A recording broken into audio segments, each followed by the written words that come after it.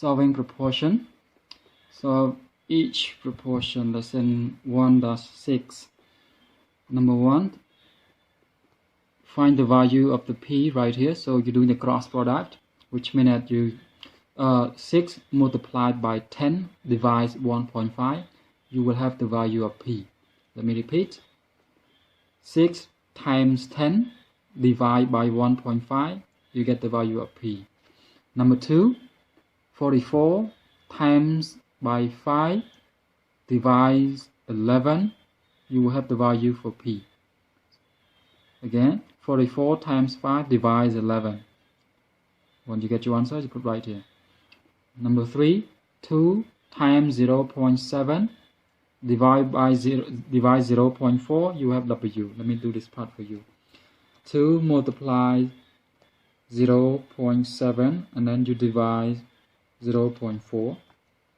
That will give you a 3.5. So w is equal to 3.5. For number 4, you cannot do the same as number 1 to number 3 because the variable down here, this denominator has 2 terms. So you need, well, you do the same process, but you cannot just multiply and divide like the first 3 numbers. So let me show you this part. Let me do number 4 and number 6 for you. Give you an idea how to do the work. Number 4 first. Number 4, you do the cross product, which means that 2 times x and then 2 times 5 as well. So 2 times x, which is 2x, and plus in the middle. 2 times 5, which is 10, is equal to 3 times 18. So 3 times 18 will give you 54. And then you solve for x. So you have 2x is equal to, transpose this number to this side. You have 54 minus 10. So you have 2x equal to 44. And that will give you the x equal to 22. 44 divided by 2 will give you a 22. So this one right here, x is equal to 22. For number 6, the same idea with number 4. Do the cross product, even though the number is changing around, but the same idea, cross product, and you will be able to get the answer with that part. Let me begin with 4.5 multiplied by 8 first. 4.5 multiplies 8 gives you 36. This 36 is already done with this cross, this multiply, so equal to, now this section, 17 times by 3 gives you 51, and you minus 3 times x, 3x, and you do the transposing. You have 36 minus 51 is equal to minus 3x. 36 minus 51 will give you a minus 15 equal to minus 3x. So to get x value is equal to minus 15 divides minus 3 will give you a 5. So x is equal to 5. Now for number 7 and number 8, assuming the situation are proportional, write and solve by using a proportion. Okay, they want us to write the equation and then solve. They want us to write proportion because they said the situation is proportional. So first you need to write the proportional equation. It's like this one, or perhaps this way. If you do not know yet, you need to read it first. And then after you write the form is either this way or this way, and then you solve the proportion. Okay, so $1.12 for a dozen eggs at his local grocery store determine the cost of 3 eggs. Okay, so first write the equation. So we have the a dozen, which means 12x. So you have 1.12 over a dozen x is equal to how much for the cost for 3x. So you put 3 down here, and then you put, let's say the cost, let's say represent a c value, the cost for 3x. So once you write this value, this proportion, and you do the cross product, 1.12 times by 3, and then you divide by 12, that will give you the answer to this section. So you can see C is equal to, you do not know how much in dollar, you need to find out this one by yourself.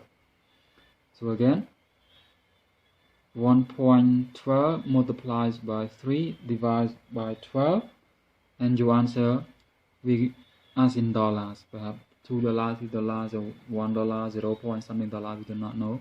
You need to find out by yourself. For number 8, Sheila mixed 3 ounces of blue paint with 2 ounces of yellow paint.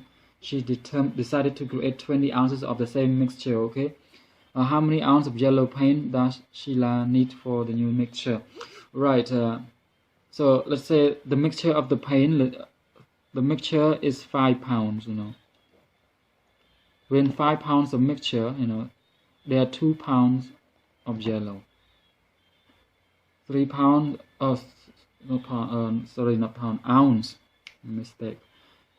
2 ounces of yellow and 3 ounces of blue. So the mixture, 5 ounces of mixture. Within the 5 ounces of mixture, you have 2 belongs to the yellow paint. What if she decides to make a 20 ounces of the same mixture? How many ounces belong to the yellow paint? You can put this one as, let's say, P. So within 5 ounces, 2 is the yellow. How about 20? How many ounces belong to the yellow paint? So once you write this proportional down, then you proceed to finding the answer, to solve the proportion. And again, 2 times 20, you divide by 5, that will give you the answer as in ounces. We do not know what's the answer, you need to find out by yourself, and it should be in ounces. Let me repeat, 2 times 20 divided by 5, you get your answer as in ounce. Right, let's continue to the next section, which is on this problems. Okay, so assuming the situation are proportional, use the unit rate to write, then solve. To write an equation, then solve. Okay, now let's try that part together with a car traveled 476 miles on 14 gallons of gas. Write equation related to distance D. Distance D for distance is equal to the number of gallon G. We need to find 426 miles on for 14 gallons. So you need to find how many miles in 1 gallon first. So 476 divided by 14, it will give you a 34. So 34 miles per gallon. G represents gallons. Okay, that's for the unit equation. After that, answer the question, also solve this equation. How many gallons of gas does the car need to travel 578 miles?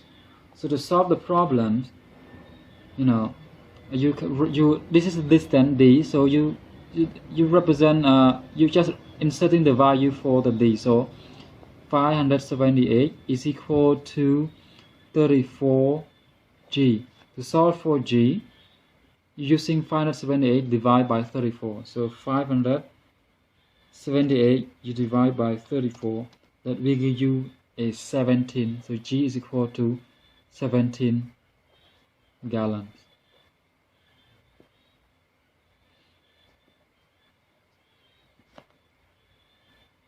Number 10. Mrs. Baker paid $2.5 for 5 pounds of bananas. Write an equation. Okay, the same idea. C is the cost. So C represents the cost. And then you need to find how much per pounds of banana. So 2.5 divided by 5 will give you a 0.5. So give you a 0.5 dollars per pound. Is a P for pounds. Now after that, this is one of the answer. So the next section you need to find how much Mrs. Baker paid for 8 pounds of banana. So to get how much it costs for 8 pounds, so 0.5 times by 8, because P is the number of pounds, so 8 pounds, so 0.5 times by 8, that will give you a $4.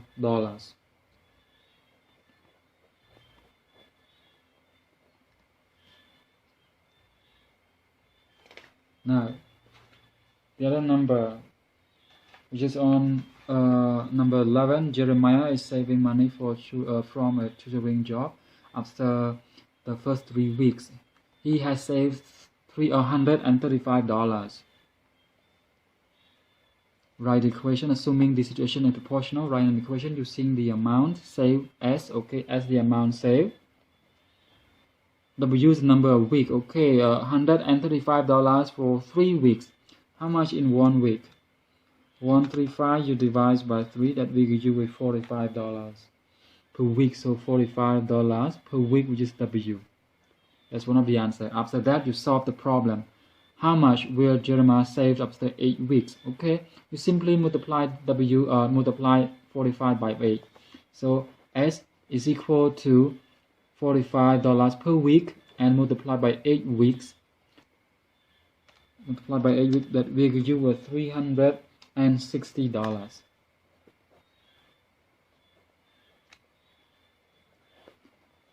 Now the last question for this session. Number 12. Okay, for number 12, a speed limit of 100 km per hour kph is approximately equal to 62 miles per hour mph. Write an equation relating kilometer k, 2 miles per hour m. Alright, so k, write the equation. You need to find the first part. Let me write the first part first. K related to k hour kilometer per hour, which represents for k. 2 miles per hour represents for m. So looking at the value up here, so to get the relationship between the two, you get 100 divided by 62. So 100 divided 62, that will give you a, let's say, round to the nearest 10. So give you a 1.6 mile. So this part means the same as well. After that,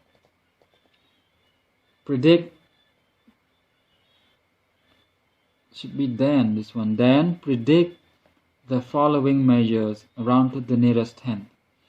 Right, so a speed limit in pmh for a speed limit of 75 kph. Alright, so they already give you the k. The k here is 75. So you need to convert this, you need to solve for m. So it like this, you have a 75 is equal to 1.6 m. So you solve for m, So to solve for m, you simply use 75 divided 1.6 will give you, if you run to the nearest 10, will give you a 46.9 mph. Same idea with this session. 20 given to you is equal to 1.6 m. Solve for m. 20 divides 1.6. That will give you a 12. 20. Oh no, sorry. This is mph. mph is given, so k is missing. Sorry. So this is mph right here, 20.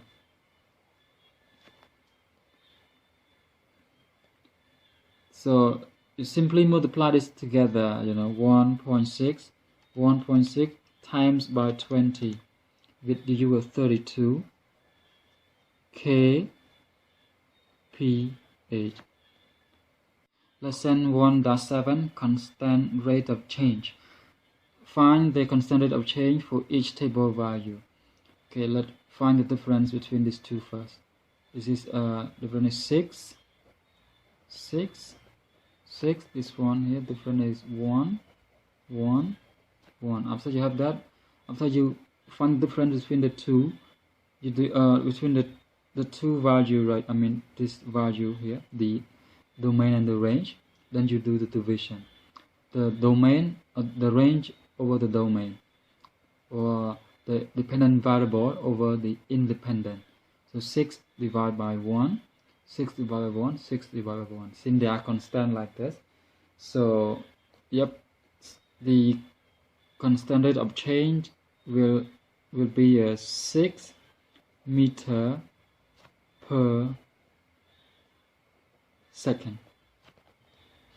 This session number 2, same idea. I think difference right here is 18.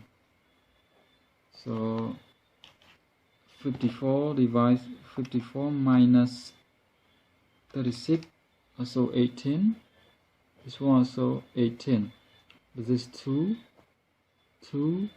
and 2. So 18 divides by 2. That will give you a 9. So in this case, $9 per item. This is the constant rate of change. Let's continue to the other numbers. Number 3. The difference right here, the difference is 9,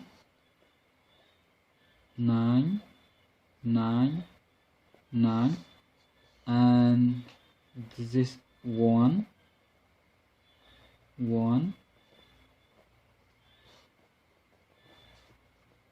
This is also 1. So 9 divide 1, that will give you a 9. This is in dollars, so $9 per, is in hour, per hour.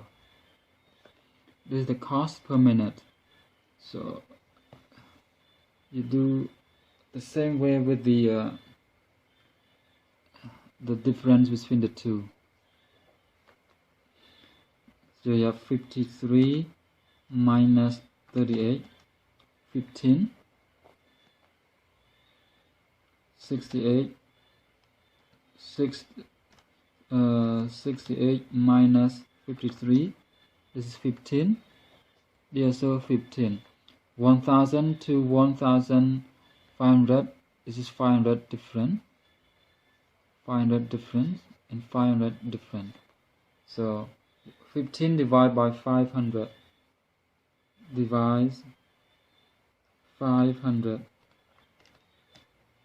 That will give you a 0.3 or $0.03, or you can say 3 cents. If you can put this way, $0.03 per minute, or you can write as just 3 cents per minute. Either way is correct because they're the same value.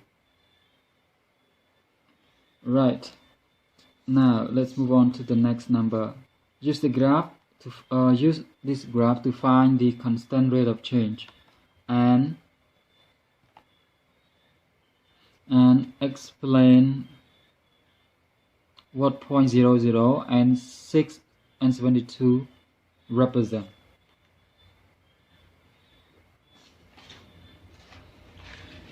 Let's try to find constant rate of change first. So it seems like the difference between this number is 6, and 6. So you have this section here as 6, different is 6 and 6, and the difference between this number 72. Let me check with the 144 and 72. So 144 minus 72 give you also 72. So 72, this one also 72. So after that, using 72, you divide by 6, that will give you 12. So the constant rate of change is 12. This is the number of page print. So that will give you 12 pages per minute. So constant rate of change 12 pages per minute.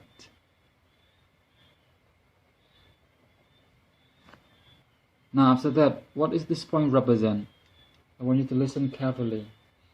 0.00 represent, it means that 0 pages print, 0 minutes spent.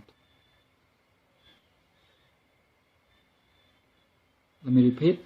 This is for the 0.00 right here, which means 0 pages print in 0 minute, or you can just say 0 minute or 0 pages print, 0 minutes spent. You know, either way, they're the same idea, you know. And for 6 and 72, which means that 72 pages printed within 6 minutes. Let me repeat. For 6 and 72 represent that printing 72 pages within 6 minutes. Number 6.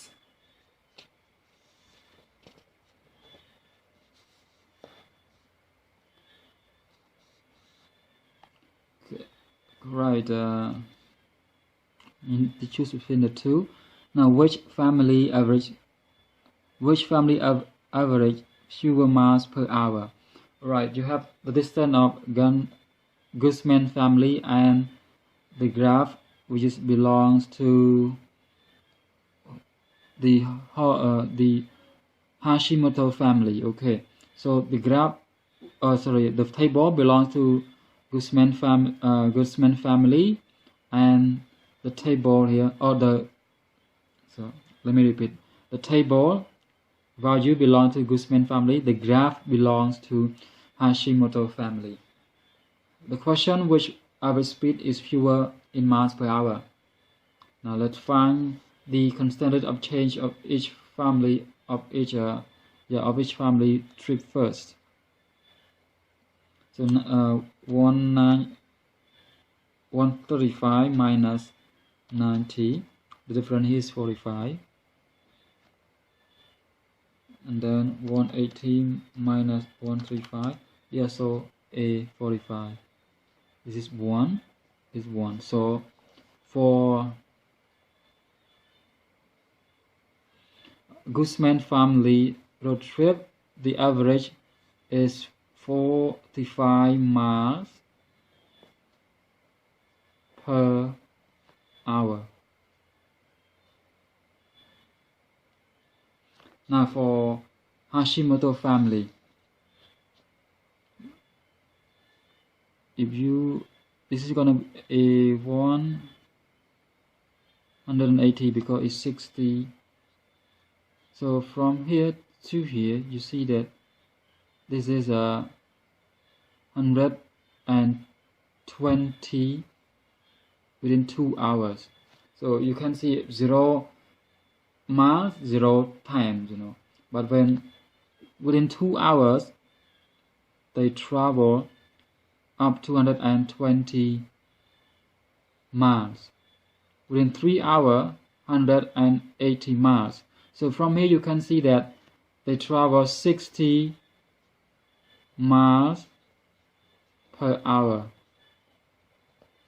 This is for the average speed of the Hashimoto family. So to answer the question, which family average fewer miles per hour, obviously is the Guzman family road trip. They travel fewer miles per hour. Okay, for number 8, what is the constant rate of change? Look at the water level in the pool. Well, you don't need to go up to this session at all, just looking at the first session. Originally, the time is 1 p.m. Originally, the water 13 inch at that time. After 30 minutes, the water level is 18 inch. So it seems like within 30 minutes, it increased 5 inches. So or half an hour, 5 inches.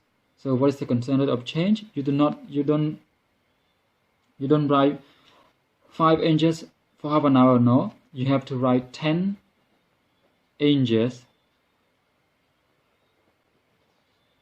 per hour for the constant rate of change. Within 1 hour, not within half an hour.